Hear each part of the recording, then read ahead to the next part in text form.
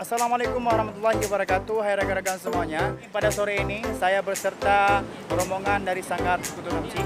Kami sedang melaksanakan latihan rapat igeleng di Pantai Lunggayo, di Desa Lunggayo, Kecamatan Tenong, Kabupaten Aceh Jaya. Jadi bersama anggota Sanggar semua di sini, mayoritas laki-laki. Kami sesaat lagi akan latihan rapat igeleng, ya, yang mana merupakan salah satu tarian tradisional Aceh.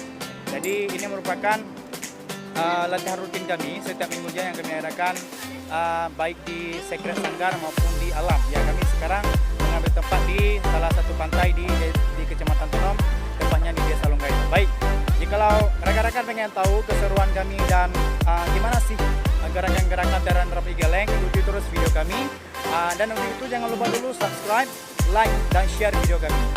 Semoga dengan share Anda dan subscribe Anda bisa membantu Sanggar Sekutu Namci untuk terus berkarya kepada bangsa dan negara. Okey.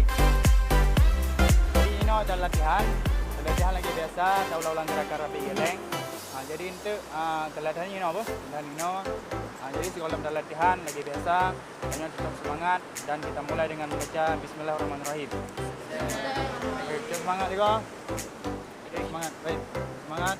Baik, sekarang kita akan melakukan prosesi pengambilan semangat untuk biar latihan kita pada hari ini semangat, ya. Baik.